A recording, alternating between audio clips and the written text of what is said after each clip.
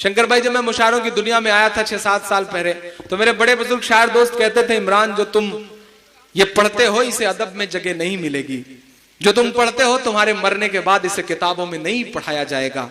तब न जाने क्या दुआओं का असर था आपकी, या पता नहीं कौन सा कॉन्फिडेंस था कि मैं आपकी दुआओं के भरोसे उनसे कह देता था कि मैं ये जानता हूं कि शायद मैं मरने के बाद किताबों में न पढ़ाया जाऊं, लेकिन उससे भी बड़ी बात मैं ये जानता हूं कि इंशाअल्लाह मैं जीते जी इंकलाब जरूर पैदा कर जाऊंगा।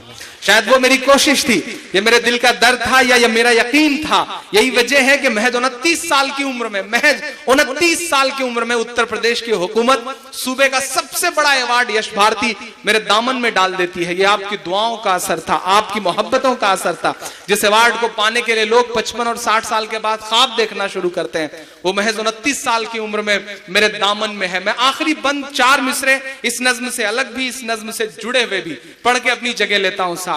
के चाक दामन रफू करके लिखता हूं मैं, जख्म से गुफ्तगू करके लिखता हूं मैं, जख्म से गुफ्तगू करके लिखता हूं मैं, चाक दामन रफू करके लिखता हूं मैं। दर्द गाने को भी हौसला चाहिए,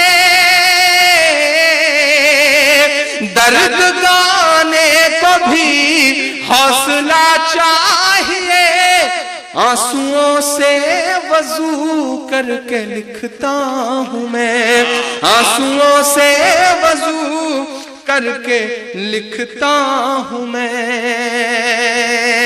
अपनी सांसों में आबाद रखना मुझे, कोई बड़ी ख्वाहिश नहीं, बस आपसे इतना कह के जा रहा हूं।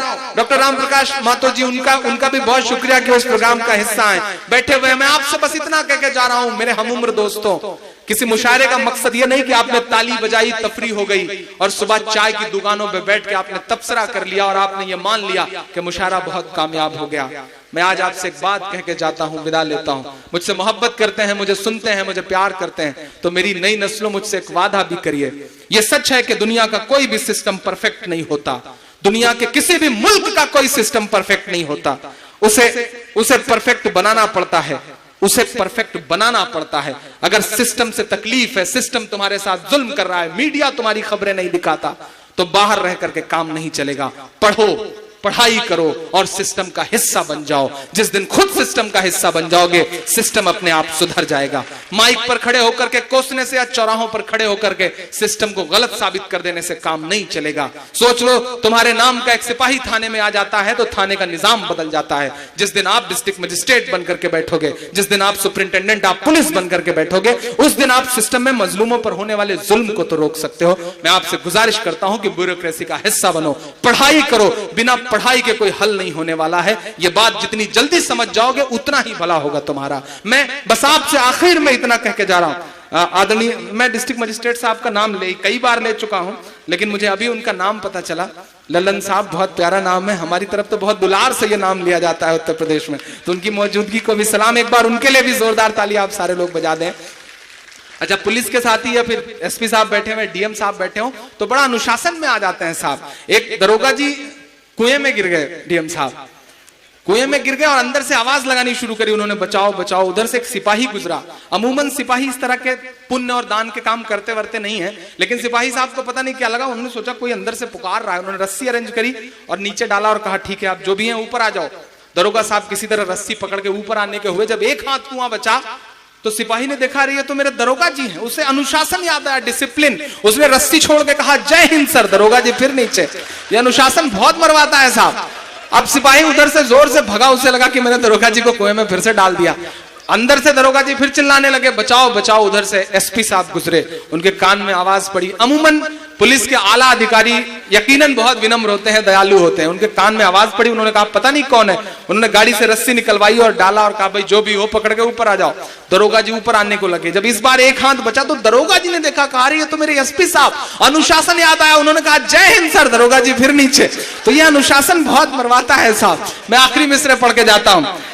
चाक दामन रफू करके लिखता लिखता हूँ मैं, जख्म से गुफ्तगू करके लिखता हूँ मैं। दर्द गाने को भी हौसला चाहिए, आंसुओं से वजू करके लिखता हूँ मैं। अपनी सांसों में आबाद रखना मुझे,